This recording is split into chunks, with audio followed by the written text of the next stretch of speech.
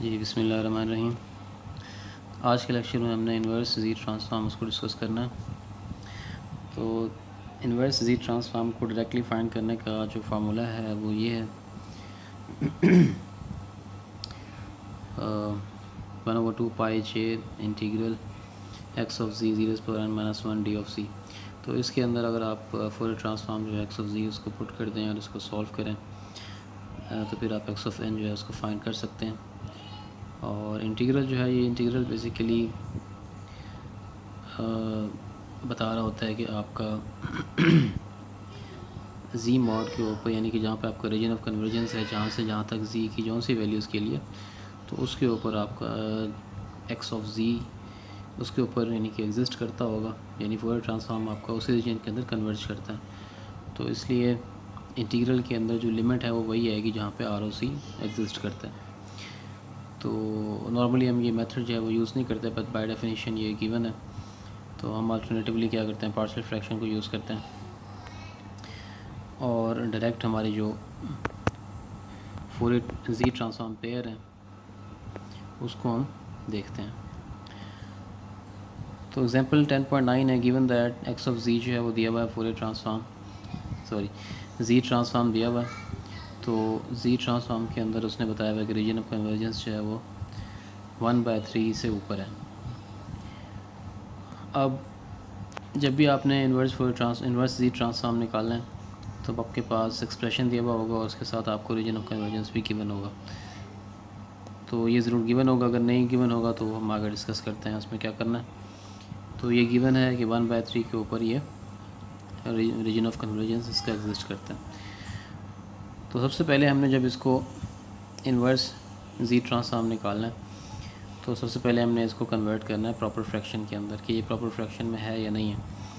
अगर तो होगी तो फिर हम इसको पार्शियल फ्रैक्शन में सॉल्व करेंगे, अगर ये नहीं होगी तो फिर इसको हम पहले प्रॉपर फ्रैक्शन में कन्वर्ट करेंगे, उसके बाद फिर हम उसको पार्शियल फ्रैक्शन से सॉल्व करेंगे। तो ये जो है ना इस वक्त प्रॉपर फ्रैक्शन के अंदर मौजूद है, क्योंकि नीचे जो है वो हायर ऑर्डर पॉलिनोमियल है और ऊपर लो ऑर्डर पॉलिनोमियल है। तो इसको पार्शियल फ्रैक्शन से इस तरह लिख के तो इसको सॉल्व करेंगे। तो इसको हमने सॉल्व किया तो जो इसके वेरिएबल्स हैं, कांस्टेंट्स हैं ए और बी, वो ये निकले, A is equal to 1, B is equal to 2 by partial fraction. तो एक्स ऑफ सी जो है उसने दिया हुआ है कि विद आर ओ सी जो है वो ग्रेटर दैन 1/3 है, तो ये उसने दिया हुआ है। अब हमें यहाँ पे देखें तो हमें दो पोल नज़र आ रहे हैं इसके, एक जो है वो 1/4 के ऊपर, एक 1/3 के ऊपर है। और अब उसने कहा है कि रीजन ऑफ कन्वर्जेंस एग्जिस्ट करता है ग्रेटर दैन 1/3। अब हमें पता है कि 1/3 जो है वो ग्रेटर है 1/4 से, और are O C greater than 1/3 है। दैट मीन्स कि आर ओ सी जो है वो आउटर साइड पे है 1/3 के। सो 1/3 की अगर आउटर साइड पे है तो हमें पता चल जाएगा कि ये भी राइट साइड सीक्वेंस है, ये भी राइट साइड सीक्वेंस है, इसीलिए जो इसका रीजन ऑफ कन्वर्जेंस है वो 1/3 से आउटसाइड जा रहा है। तो both are right side sequence. तो जब हमें पता चल जाएगा कि बोथ जो है ना वो राइट साइड सीक्वेंसेस हैं तो फिर हम इसका इन्वर्स फोरियर ट्रांसफॉर्म निकाल सकते हैं यहाँ से। तो 1/, जिस तरह हमने पढ़ा था 1/1 minus A is the inverse. तो ये किसका होता है, इसका इन्वर्स फोरियर ट्रांसफॉर्म क्या होता है, 1, इसका inverse Fourier transform inverse Z transform होता है A raise power N U of N. ठीक है, तो A raise power N U of N अगर हमारे पास हो तो हमने लास्ट टाइम देखा था कि इसका जो जी ट्रांसफॉर्म है वो क्या होता है, वो होता है 1/1 माइनस ए जी इन्वर्स। सो ए वहाँ पे 1/4 है, तो इसका जब इन्वर्स निकालेंगे तो A raise power N U of N आएगा इन्वर्स जी ट्रांसफॉर्म। तो ये पेयर जो है ना ये आपको जब प्रैक्टिस करेंगे तो आपको याद हो जाएंगे कि इस तरह का अगर जी ट्रांसफॉर्म दिया हुआ है तो उसका इन्वर्स जी ट्रांसफॉर्म जो क्या आएगा। और हमें इस जो कंपोनेंट है सिग्नल का, ये जो कंपोनेंट है सीक्वेंस का, इसका जो रीजन ऑफ कन्वर्जेंस है वो ग्रेटर दैन 1/4 है, क्योंकि राइट साइड सीक्वेंस है और पोल 1/4 पे एग्जिस्ट करता है, तो इसका region of convergence greater than 1/4 होगा। सिमिलरली जो सेकंड पार्ट है उसका वो भी राइट साइड सीक्वेंस है और सिमिलरली उसका inverse Z transform 1/3 raise power N U of N होगा with region of convergence Z mod greater than 1/3। तो दोनों राइट साइड सीक्वेंस है, दोनों के हमने इन्वर्स जी ट्रांसफॉर्म निकाल लिए। तो ओवरऑल जो इसका रिज़ल्ट है वो sum of these two inverse Z transform के बराबर होगा। एक्स ऑफ एन जो है वो इन दो के सम के बराबर आ जाएगा। तो this is the unique solution for the given R O C which is Z mod greater than 1/3। तो जब आपके पास क्वेश्चन के अंदर आपको जब रीजन ऑफ कन्वर्जेंस गिवन है, तो उस रीजन ऑफ कन्वर्जेंस के अगेंस्ट जब आप एक्स ऑफ एन निकालेंगे इन्वर्स जी ट्रांसफॉर्म करके, तो वो एक फिक्स सीक्वेंस आएगा, यानी वो जो सोल्यूशन है वो यूनिक होगा जब भी आपके पास आर ओ सी गिवन होगा। अच्छा जी, तो अगली जो दो एग्जांपल्स हैं 10.10 और 10.11, ये भी 10.9 की तरह ही है। इसमें जो क्वेश्चन है यानी कि जो जी दिया हुआ है वो सेम है तीनों एग्जांपल्स के अंदर, सिर्फ जो रीजन ऑफ कन्वर्जेंस है उसको चेंज किया हुआ है। उसमें जो रीजन ऑफ कन्वर्जेंस है वो ग्रेटर देन 1/3 था, इसमें जो रीजन ऑफ कन्वर्जेंस है वो दिया हुआ है greater than 1/4 and less than 1/3। So that means कि 1/3 से बड़ा है और 1/4 से बड़ा है और 1/3 से छोटा है, तो इन दोनों के बीच में। जब बीच में है दैट मीन्स कि आपके पास इसको अगर हम स्प्लिट कर लें तो इसका मतलब ये है कि ग्रेटर देन 1/4 है और लेस देन 1/3 है। तो जब ग्रेटर होता है इसका मतलब राइट साइड सीक्वेंस है, और जब लेस देन होता है तो इसका मतलब लेफ़्ट साइड सीक्वेंस है। जब हमें लेफ़्ट साइड सीक्वेंस और राइट साइड सीक्वेंस का पता चल गया तो फिर हम इसके इन्वर्स जी ट्रांसफॉर्म निकाल सकते हैं। तो ये राइट साइड सीक्वेंस है और इसका जो इन्वर्स जी ट्रांसफॉर्म है वो 1/4 n u ऑफ n होगा। जो दूसरा लेफ़्ट साइड सीक्वेंस है, लेफ़्ट साइड सीक्वेंस के अंदर जो इन्वर्स जी ट्रांसफॉर्म होता है वो -a⁻n u ऑफ -n−1 होता है। ठीक है जी, तो ये -1/3n u ऑफ -n−1 होगा। इन दोनों को हम ऐड कर देंगे तो हमारे पास x ऑफ n आ जाएगा। ठीक है, सिमिलरली जो थर्ड एग्जांपल है उसके अंदर रीजन ऑफ कन्वर्जेंस उसने दिया हुआ less than 1/4। So we already know that कि पोल हमारे पास 1/4 और 1/3 के ऊपर हैं, और रीजन ऑफ कन्वर्जेंस 1/4 से नीचे है, और 1/4 जो है उन दोनों में से स्मॉल है। सो दैट मीन्स कि region of convergence is inside the innermost pole. ठीक है, 1/4 छोटा है 1/3 से, तो इसलिए ये बोथ लेफ़्ट साइड सीक्वेंस होंगे। तो जब हमें पता चल गया कि बोथ लेफ़्ट साइड सीक्वेंस हैं, तो ये हमने वैसे ही जो ए और बी निकाले थे वैसे ही हमने इसको सॉल्व किया, और फिर हमने दोनों लेफ़्ट साइड सीक्वेंस हैं तो दोनों जो है वो माइनस के साथ होंगे, -a⁻n u of -n−1।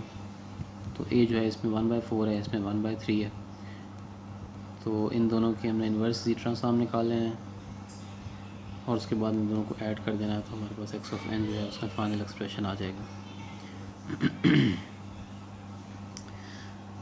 Overall अब आपने इन तीनों, मैंने इसमें रीजन ऑफ कन्वर्जेंस जब प्लॉट नहीं किए इन तीनों एग्जांपल्स के अंदर, तो अगर आप अपनी आसानी के लिए, अपनी अंडरस्टैंडिंग के लिए इसको प्लॉट करना चाहें तो आप कर सकते हैं। अदरवाइज़ चूँकि आपको एक रीजन ऑफ कन्वर्जेंस फिक्स दिया हुआ है, तो यहाँ से आपको अंदाज़ा हो जाएगा कि आपके जो पोल्स हैं वो किन किन सीक्वेंस से के साथ मैच कर रहे हैं, यानी ये वाला पोल लेफ़्ट साइडेड है या राइट साइडेड है, कौन सा होगा। तो ये आपको इस रीजन ऑफ कन्वर्जेंस से अंदाज़ा हो जाएगा कि आपका कौन सा जो सीक्वेंस है वो राइट साइडेड है, कौन सा लेफ़्ट साइडेड है। तो उसके अकॉर्डिंगली फिर आप उसके इन्वर्स जी ट्रांसफॉर्म निकाल सकते हैं और फिर आपने उसको लिख देना है। तो अगर आप प्लॉट करना चाहें तो प्लॉट कर सकते हैं अपनी अंडरस्टैंडिंग के लिए, अदरवाइज़ ज़रूरत नहीं है इसकी, बुक में भी है ना इसने प्लॉट नहीं किए हुए। बाकी आपने अपना प्लॉट करना हो तो आप बेशक इसको कर लें। अच्छा जी, तो अब नोट ये है इसमें, if region of convergence is not provided, क्योंकि इन तीनों एग्जांपल्स के अंदर हमें आर ओ सी जो है वो गिवन था। अगर आपको कोई सीक्वेंस दिया हुआ है, जैसे ये सीक्वेंस है, और उसको रीजन ऑफ कन्वर्जेंस उसका नहीं दिया हुआ, तो फिर इसका कोई एक यूनिक सोल्यूशन नहीं होगा, फिर इसके मल्टीपल सोल्यूशन निकल सकते हैं। So if R O C is not provided then there can be more than one solutions. In that case you need to find all possible X of N for the given X of Z. ठीक है, तो अगर आपको ये reason of convergence ना दिए होते, simple x of जी दिया होता, तो फिर आप इसके X of N 3 possible solutions निकलते हैं, वो फिर तीनों आपने निकालने हैं अगर आपको नहीं दिया हुआ तो इन्वर्स जी ट्रांसफॉर्म की प्रैक्टिस आपने करनी है। बुक में जो एन प्रॉब्लम्स हैं उनको देख के आप उसकी प्रैक्टिस करें और उसके बाद प्रैक्टिस से ही आपको ज़्यादा क्लियर होगा। तो हम इससे आगे चलते हैं, प्रॉपर्टीज़ ऑफ जी ट्रांसफॉर्म को देखते हैं।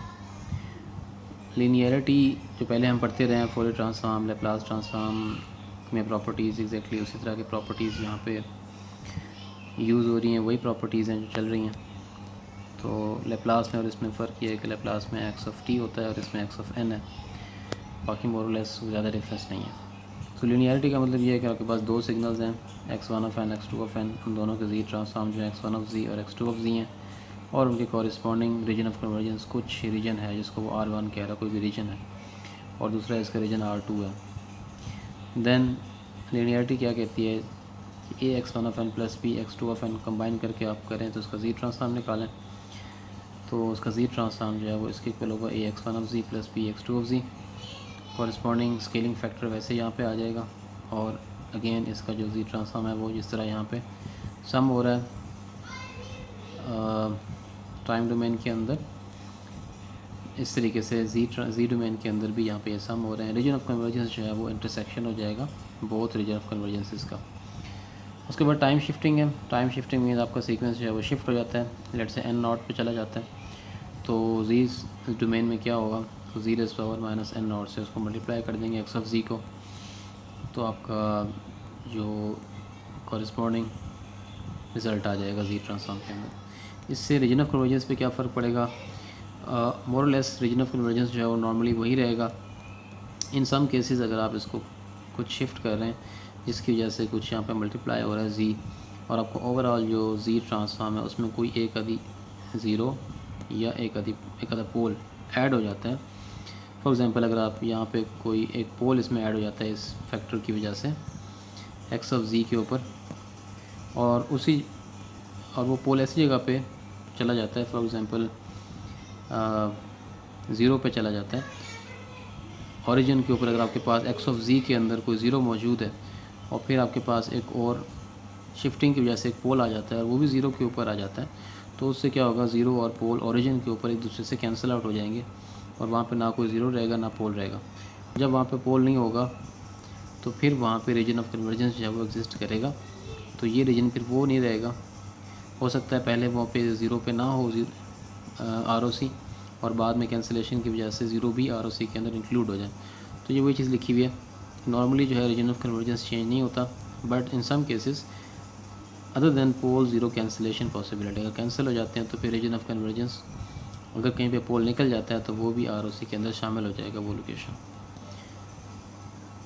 Scaling in the Z domain,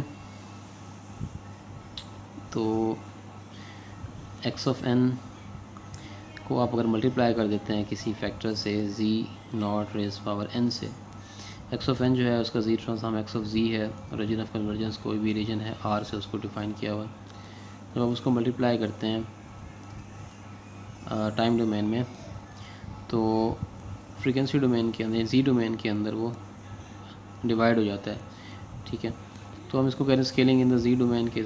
ji domain के अंदर जो हमारा जी ट्रांसफॉर्म है वो स्केल हो गया जी नॉट से, और उसका कॉरिस्पॉन्डिंग टाइम डोमेन में क्या इफेक्ट होगा, वो मल्टीप्लाई होगा एक्स ऑफ एन से। अब उससे ROC पे क्या फ़र्क पड़ेगा कि रीजन ऑफ कन्वर्जेंस भी आपका अकॉर्डिंगली जिस तरह आपका टाइम डोमेन के अंदर एक्स ऑफ एन मल्टीप्लाई हो रहा है जी नॉट एन से, रीजन ऑफ कन्वर्जेंस भी जी नॉट मॉड से मल्टीप्लाई हो जाएगा। अच्छा, अब हम यहाँ पे एक केस सपोज करते हैं, लेट से ये जो हमने मल्टीप्लाई किया दिस इज़ इक्वल टू, चूँकि R e raise power j omega के बराबर होता है और Z not R not n e raise power j omega n के बराबर होगा ये चीज़। और यहाँ पर अगर हम सपोज करें कि R नॉट जो है वो 1 है, तो R 1 हो गया तो पीछे क्या चीज़ रह गई, j ओमेगा नॉट n। अब j ओमेगा नॉट n को अगर हम यहाँ मल्टीप्लाई करें तो फ्रीक्वेंसी जी डोमेन के अंदर ये यहाँ पे डिवाइड हो जाएगा। जब ये डिवाइड हो जाएगा तो ऊपर आके फिर ये इन्वर्स हो जाएगा minus Z omega naught n, तो इसका एक्सप्रेशन जो है वो ये बनेगा। और इस केस में चूँकि रीजन ऑफ कन्वर्जेंस डिपेंड करता है R के ऊपर, यानी इसकी मैग्नीट्यूड के ऊपर, और R हमने 1 सपोज किया था, तो ये 1 से मल्टीप्लाई होकर रीजन ऑफ कन्वर्जेंस वही रहेगा, इसमें कोई चेंज नहीं आएगा। इन केस अगर आर वन की बजाय कोई और होता है। अगर R for example R naught is less than one, small है, तो इससे मल्टीप्लाई होकर ये जो कंप्रेस हो जाएगा रीजन ऑफ कन्वर्जेंस भी। इफ़ दिस इज़ 0.5 तो ये भी 0.5 हो जाएगा, तो ये कंप्रेस हो जाएगा। If that is less greater than one तो आर ओ सी एक्सपैंड हो जाएगा अकॉर्डिंगली। तो ये जो हम केस देख रहे थे, अगर हम इसको 1 रखें और सिर्फ ओमेगा से इसको मल्टीप्लाई करें रेस बार जे ओमेगा नॉट एन, तो जी डोमेन के अंदर एक्सप्रेशन ये बनेगा जिससे ये मल्टीप्लाई हो गया। और इससे क्या होगा, चूँकि आर जो है वो 1 के बराबर था, बाकी जो फ्रीक्वेंसी वाला पार्ट है, इसका एक्सपोनेंशियल वाला पार्ट है, वो मल्टीप्लाई हो रहा है। उसके मल्टीप्लाई होने से क्या होगा कि इसका जो रीजन ऑफ कन्वर्जेंस है, अगर वो ये था, ये यूनिट सर्कल है और कहीं पे इसका रीजन ऑफ कन्वर्जेंस था, और अगर इसकी ये पोल लोकेशन है, ये क्रॉस नज़र आ रहा है आपको, ये यहाँ पे इसके पोल हैं और यहाँ पे इसके कोई 2 ज़ीरो हैं। अब जब अगर सिर्फ एक्सपोनेंशियल से मल्टीप्लाई करेंगे तो इसकी जो फ्रीक्वेंसी है, उस फ्रीक्वेंसी की वजह से ये जो हमारा प्लॉट है ये शिफ्ट हो जाएगा ओमेगा नॉट ऊपर की तरफ। तो ये जो पोल है और ये जो ज़ीरोज़ हैं, ये सारे के सारे काउंटर क्लॉकवाइज जो हैं, ओमेगा नॉट फ्रीक्वेंसी इसमें ऐड हो जाएगी। यानी कि पहले वो 0 पे था, अब ओमेगा नॉट उसमें ऐड हो जाएगी क्योंकि ओमेगा नॉट से मल्टीप्लाई हो रहा है जी ट्रांसफॉर्म। तो इसका रीजन ऑफ कन्वर्जेंस वही रहेगा, सिर्फ इसके जो पोल लोकेशन है वो शिफ्ट हो जाएगी ओमेगा नॉट के ऐड होने से ऊपर चली जाएगी। और अगर आर की वैल्यू भी इसकी कम ज़्यादा हो 1 से, तो फिर उसका रीजन ऑफ कन्वर्जेंस भी कंप्रेस होगा या एक्सपैंड होगा अकॉर्डिंगली। नेक्स्ट प्रॉपर्टी जो है वो टाइम रिवर्सल की है। तो एक्स ऑफ एन को अगर हम एक्स ऑफ माइनस एन कर दें तो जी डोमेन में क्या होगा, तो एक्स ऑफ जी जो है वो भी इन्वर्ट हो जाएगा, एक्स ऑफ एन ये 1/z हो जाएगा। ठीक है, तो पूरा पूरा एक्सप्रेशन जो है जी ट्रांसफॉर्म को वो इन्वर्ट हो जाएगा। तो R O C region of convergence जो है वो आर था, कोई भी रीजन था आर, तो अब वो इन्वर्ट होने से 1/r हो जाएगा। तो फॉर एग्ज़ाम्पल अगर आपके पास पहले कोई रीजन ऑफ कन्वर्जेंस जो है वो राइट साइड सीक्वेंस था, एक्स ऑफ एन चूँकि राइट साइड सीक्वेंस को डिफ़ाइन करता है, अगर वो राइट साइड सीक्वेंस था तो जो आर ओ सी है रीजन ऑफ कन्वर्जेंस है, वो region of convergence outside the pole होगा, पोल लोकेशन होगा आउटसाइड होगा। तो अगर वो इन्वर्ट हो जाए उसका टाइम डोमेन में, उसका स्केल जो एक्सिस है इन्वर्ट हो जाता है, तो रीजन ऑफ कन्वर्जेंस जो है वो भी इन्वर्ट हो जाएगा। दैट मीन्स कि चूँकि वो राइट साइड से लेफ़्ट साइडेड बन गया तो उसका रीजन ऑफ कन्वर्जेंस भी आउटसाइड से इन साइड पर चला जाएगा। यानी कि अगर आपके पास कोई पोल है फॉर एग्जांपल 2 के ऊपर जो एग्जिस्ट करता है, तो जब वो इन्वर्ट होगा तो वो पोल 1/2 पर चला जाएगा। तो ये डिफरेंस होगा। अच्छा जी, और उसके बाद कन्वोल्यूशन प्रॉपर्टी हम पहले देखते रहे हैं। x1 of N x2 of N को अगर हम कन्वॉल्व करें टाइम डोमेन में, तो जी डोमेन के अंदर वो आपस में मल्टीप्लाई हो जाते हैं, और इन दोनों के रीजन ऑफ कन्वर्जेंस का जो इंटरसेक्शन होगा वो हमारे पास आफ्टर कन्वोल्यूशन ओवरऑल जो सिग्नल का जो आर ओ सी होगा वो इसके बराबर होगा। उसके बाद डिफ्रेंशिएशन प्रॉपर्टी है। तो डिफ्रेंशिएशन क्या कहती है कि आप फ्रीक्वेंसी डोमेन जी डोमेन के अंदर इसको डिफ्रेंशिएट करें तो टाइम डोमेन के अंदर जो है वो n मल्टीप्लाई हो जाता है। ठीक है, तो ये माइनस यहाँ पे लगा हुआ है, अगर ये माइनस यहाँ पे बाय प्रॉपर्टी यहाँ पे लगा होता है, समटाइम्स ये यहाँ पे माइनस लगा होता है, तो वो वाला माइनस फिर यहाँ पे आ जाता है। अगर यहाँ पे लगा हुआ हो तो फिर वो वहाँ पे प्लस होगा, यहाँ पे माइनस हो तो यहाँ पे प्लस हो जाएगा। तो यहाँ पे एक एग्जांपल, यानी कि ये इसको डेरिवेट कर देंगे एक्स ऑफ जी को और माइनस जी से इसको मल्टीप्लाई कर देंगे, रीजन ऑफ कन्वर्जेंस पे कोई डिफरेंस नहीं होता। तो अगर ये एग्जांपल अगर हम देखें तो एक्स ऑफ जी दिया हुआ है और कहा हुआ है कि इसका रीजन ऑफ कन्वर्जेंस ये है और इसका इन्वर्स जी ट्रांसफॉर्म फाइंड करें एक्स ऑफ एन। तो हमें पता है कि A raise power N U of N का जो जी ट्रांसफॉर्म होता है 1/1 माइनस ए जी इन्वर्स होता है, और with this region of convergence U of N लगा हुआ है इसलिए ग्रेटर देन ए होगा। तो अब इसको अगर हम डेरिवेट करें और माइनस जी से इसको मल्टीप्लाई करें, यानी ये प्रॉपर्टी इसमें लगाएं, तो इसको जब डेरिवेट करें तो उसका डेरिवेटिव जो है वो ये आता है, नीचे स्क्वायर हो जाएगा, ऊपर जो है वो इसका डेरिवेटिव आ जाएगा विच इज़ ए इंटू जी -2 हो जाएगा, -2 को मैंने नीचे लिख दिया, +2 कर दिया जी स्क्वायर, जी से कट जाएगा और फिर एक जी ऊपर आएगा तो ए जी इन्वर्स हो जाएगा। तो ये सिंपल स्टेप है, तो पता चल जाएगा आपको। तो इसका जो रिज़ल्ट है वो A Z inverse divided by 1 minus A Z inverse इसके बराबर आ जाएगा। सो ये प्रॉपर्टी इस पे लग रही है, और अगर ये प्रॉपर्टी इसमें लगाएं तो टाइम डोमेन के अंदर हम सिंपल n से उसको मल्टीप्लाई कर देते हैं। तो इसलिए अगर हमें यहाँ पे दिया हुआ है, नीचे स्क्वायर दिया हुआ है, होल स्क्वायर दिया हुआ है, और ऊपर जो है वो 1 ए जी इन्वर्स, नीचे 1 minus A Z inverse whole square दिया हुआ है, तो फिर इसका मतलब ये है कि हम यहाँ पर डिफ्रेंशिएशन इन जी ट्रांसफॉर्म की प्रॉपर्टी लगा सकते हैं। और नीचे जहाँ पे अगर स्क्वायर होगा तो यहाँ पे n आ जाएगा, और सिमिलरली अगर यहाँ पे क्यूब हो जाएगा तो यहाँ पे n स्क्वायर हो जाएगा, और नीचे 2 फैक्टोरियल हो जाएगा। चूँकि यहाँ पे अभी हायर ऑर्डर टर्म्स नहीं है तो इसलिए फैक्टोरियल यहाँ पे 1 का फैक्टोरियल जो है वो 1 ही होता है। बहरहाल ये जो प्रॉपर्टी है ये आगे भी जाके हम इसको यूज़ करेंगे,